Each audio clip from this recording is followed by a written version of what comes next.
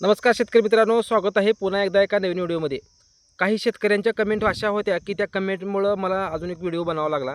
शेतकरी मित्रांनो, खूप जणांचे पीक विम्याचे पैसे अजून आलेले नाहीत आणि ते पैसे का आलेले नाहीत त्याबाबत आपण सांगितलेलंच आहे. परंतु त्याच्यामध्ये एक गोष्ट आहे की एका कुटुंबामध्ये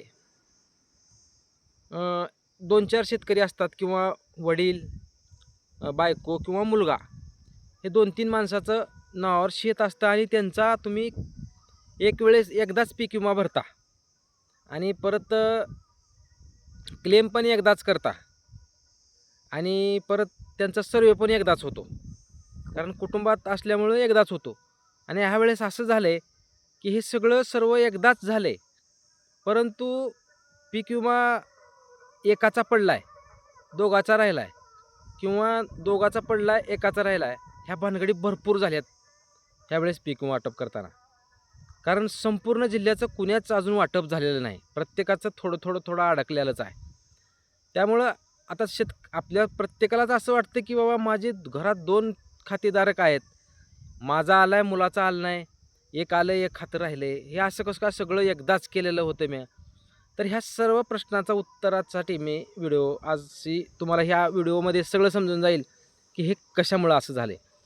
शेतकरी मित्रांनो, जरी तुम्ही पीक विमा एकदाच भरलेला असेल, क्लेम एकदाच केलेला असेल, सर्वे पण एकदाच झालेला असेल, परंतु पैसे एकाचे किंवा दोघाचे आलेत, एकाचे अडकलेत किंवा एकाचे आलेत, दोघाचे अडकलेत. तुम्ही सगळं व्यवस्थित केलं आहे, तुमची काहीही चूक नाही. मग पैसे का अडकले? तर शेतकरी मित्रांनो, याच्यामध्ये झालं आहे काय? जरी तुम्ही पीक विमा एकदाच भरलेला असेल, क्लेम एकदाच केलेला असेल आणि सर्वे पण एकदाच केलेला असेल. आता विषय सर्वेचा आहे. सर्वेच्या वेळेस तुम्हाला जो विमा कंपनीचा प्रतिनिधी येतो, तुमचं एकदाच 3 वेळेस तिघाचे पण सर्वे करतो आणि तो जातो की सर्वेचा रिपोर्ट घेऊन. मग तो सर्वेचा रिपोर्ट एकदाच घेऊन गेल्यानंतर तुम्हाला तुमचे पीक विम्याचे पैसे एकदाच पडतील असं कधीही होऊ शकणार नाही.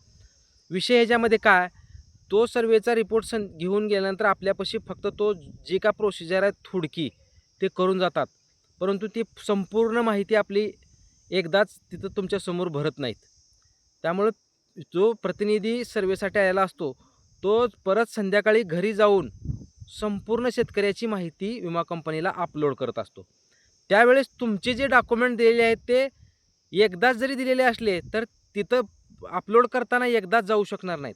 कारण ते माहिती भरत असताना तुम्ही फक्त तुमच्या एका गावची भरत नाहीत. कारण ते इतर गावचाही सर्वे करून आलेला असतात.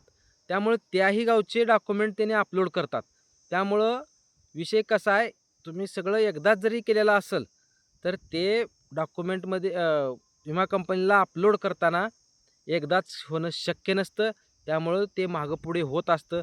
अपलोड करताना इतर गावचेही डॉक्युमेंट असतो किंवा इतर गावचा डाटा असो सर्वेचा, तो डाटा त्यांनी ह्याच गावचा एकदाच करायचा असा कधीच करत नाहीत. त्यामुळं मिसळून डाटा गेलेला असतो आणि तो डाटा विमा कंपनीला जातो आणि तो विमा कंपनीला का तुमच्या सेपरेट तुमच्या गावापुरता जात नाही. तो डाटा परत इतर गावच्या डाट्यामध्ये मिसळतो आणि मग तुम्ही सगळं पूर्ण डाटा एकत्रित मिसळल्यामुळं सर्व गोष्टी तुमचे जे 3 केलेले क्लेम असतील किंवा सर्वे असतील, ते वेगवेगळ्या भागात विखरल्यासारखे होऊन जातात.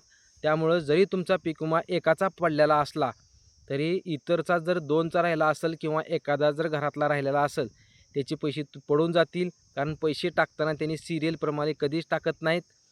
इतर जो अपलोड माहिती केली आहे, त्या अपलोड माहितीचं स्क्रुटिनी करून, चेक करून, प्रत्येक व्यवस्थित माहिती घेऊन ते पैसे त्यांनी प्रत्येक शेतकऱ्यांना पाठवत असतात. त्यामुळं ह्या एकाच घरातले 2 फॉर्म सिरियलने येतील असं कधीच होत नाही. त्यामुळे जरी एकाचे कुटुंबातल्या एकाच्या त्याचे पैसे पडलेले असतील किंवा एक दोघाचे राहिलेले असतील, तेही पैसे पडून जाणार आहेत. त्याची काळजी करू नका. ते फक्त मागं-पुढे झाल्यामुळं झालेलं आहे आणि राज्य शासनाचा निधी कमी जास्त आल्यामुळं अगोदर जो डाटा अपलोड केला असतो त्याचं वाटप ते थांबवून परत नवीन फ्रेश वाटप चालू करत असतात. त्यामुळं मागं-पुढे होतच असतं. असं कधीच होऊ शकणार नाही की बाबा एकदाच सर्वे झाला, एकदाच क्लेम केला आहे आणि माझे एकामागे एक दोघं माझे एकदाच पैसे माझ्या कुटुंबातले यावे, असं होऊ शकत नाही. त्यामुळे शेतकऱ्यांचा हा प्रश्न होता की त्यांनी कन्फ्यूज होऊ नये. तुमचेही पैसे येऊन जातील. फक्त वाट पाहत राहा. 12 मेपर्यंतची डेडलाईन राज्य शासनाने दिलेली आहे. तोपर्यंत पैसे तुमचे पडून जातील. जरी एखाद्याचे पडले असले तर राहिलेल्याचेही पैसे पडून जातील. त्यामुळे ही कन्फ्यूज होते की एकाचे पडलेत आणि एकाचे आले नाहीत, तर त्यांचेही येतील. फक्त डाटा मागं पुढे झाल्यामुळं होऊ शकतं. फक्त पैशाची वाट पहा. 12 मेपर्यंत पैसे सर्व शेतकऱ्यांचा पीक विमा खात्यावर पडून जाईल. धन्यवाद.